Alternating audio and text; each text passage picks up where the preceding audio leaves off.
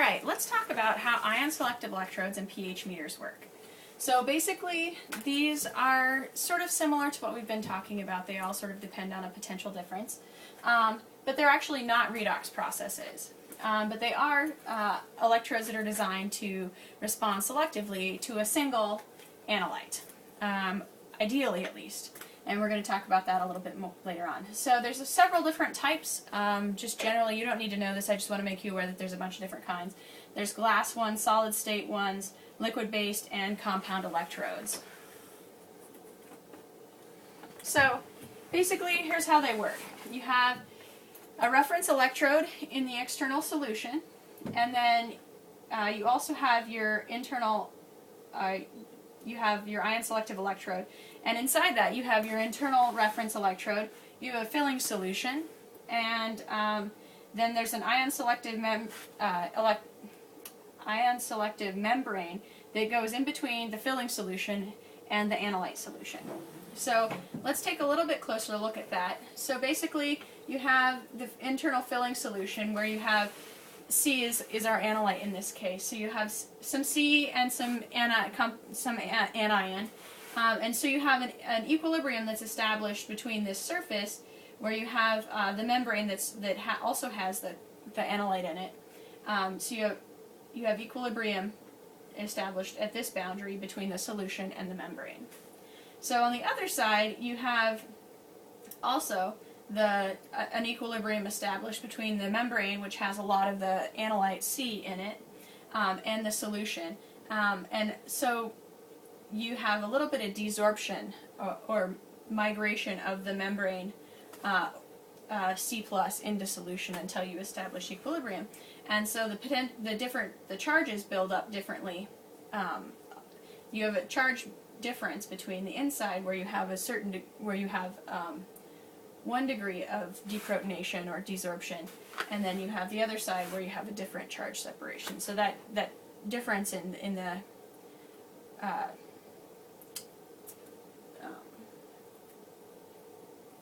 in how much C you have and in the charge that you have at the surface results in a potential difference, and that is measured. That's how you measure it. So basically, what you have is whether or not you're going to have desorption into solution, into the analyte solution, depends on it's a process governed by delta G, so it has to be thermodynamically favorable. So when you have delta G has to be negative whenever you have C plus diffusing from the membrane into solution. And so delta G, that depends on the delta G of solvation, which is the delta G changing in the delta G of the solvent. So changing of the internal energy of the solvent, or the Gibbs free energy of the solvent, when you have the C desorbing from the membrane into this solution, usually water. The solvent is usually water. Minus RT ln, the activity of C in the membrane divided by activity of C on the outside. And so if you work this out, you have basically everything is constant. So the E equals a constant plus RT over NF ln A, the activity of the outside. So you can calculate what you expect to be. You can calculate the relationship between the voltage and the activity of your analyte in solution. So let's talk about how a pH meter works. This is essentially the same thing where you have a reference electrode on the outside of the pH meter. It's all the same. It's all in the same electrode this time.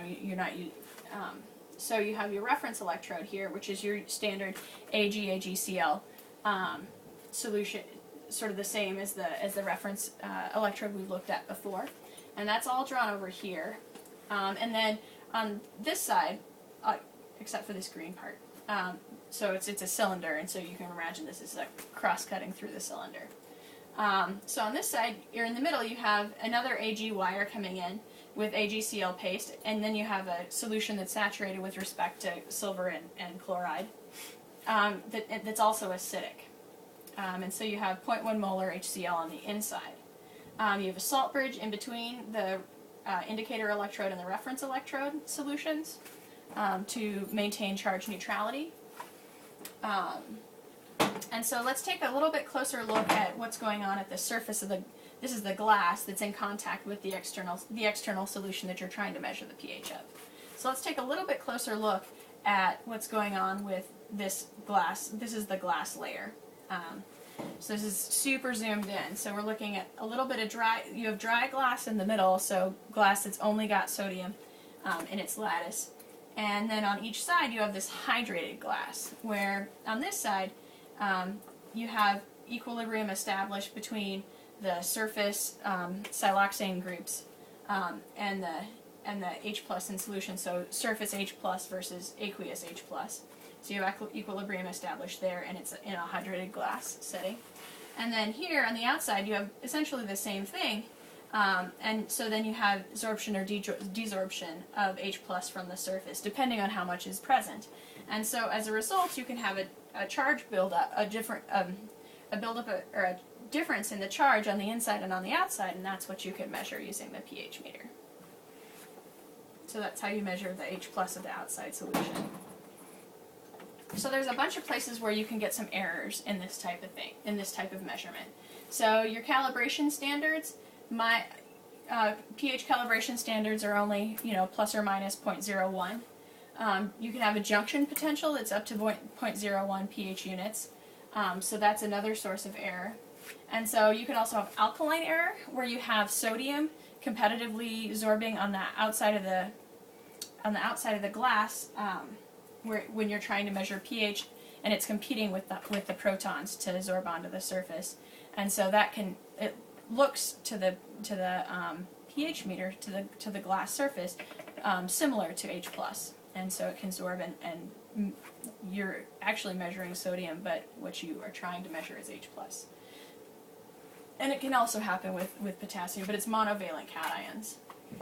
You can also have an acid error when you're measuring very acidic pHs. The pH that you measure is higher or more basic than the solution actually is, and that can result when you have saturation of the surface protonation sites of the glass. You can also have a problem if you don't allow a long enough equilibration time, and that can be between 30 seconds for a well-buffered solution to minutes for an unbuffered solution. And this is definitely true. I've seen this a lot in your research, and you're sitting there at 11 o'clock at night, and you're like, oh, equilibrate. And of course, that's when it takes the longest.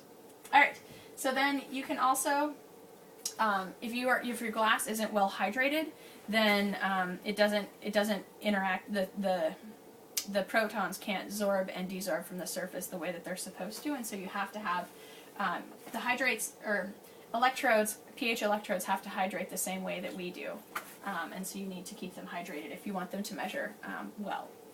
And also the response varies with temperature, and so you need to take that into account. So if you're going to measure a pH at a certain temperature, say body temperature, you need to calibrate the pH meter at that same temperature. So the absolute error associated with pH measurements is at least plus or minus 0.02 pH units. So that's saying, is it 7.01 or 7.00? You can't really tell the difference. It's plus or minus 0.02. But if you were looking at a difference between two solutions, you could actually go an order of magnitude better, because then you've already sort of dealt with that takes away these two sources of error, which are the two largest sources of error. And so in a relative situation where you're measuring, is solution A, how much different is the pH of solution A versus solution B, then you can actually go to 0.002 pH units.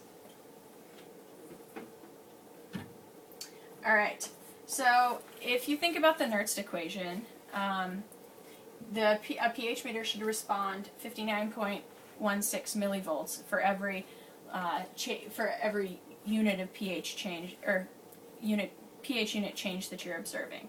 So it's on a log scale, but you should get 59.16 volts for every, or millivolts, I'm sorry, millivolts for every change in the pH unit. Also, just briefly wanted to mention the selectivity coefficient.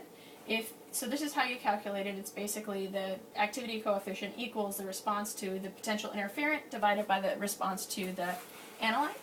And so you want small coefficients because you want this to be small and this to be big, which would make a very small number. So small selectivity coefficients are good. So it's a little bit counterintuitive, but that's what you need to know. All right.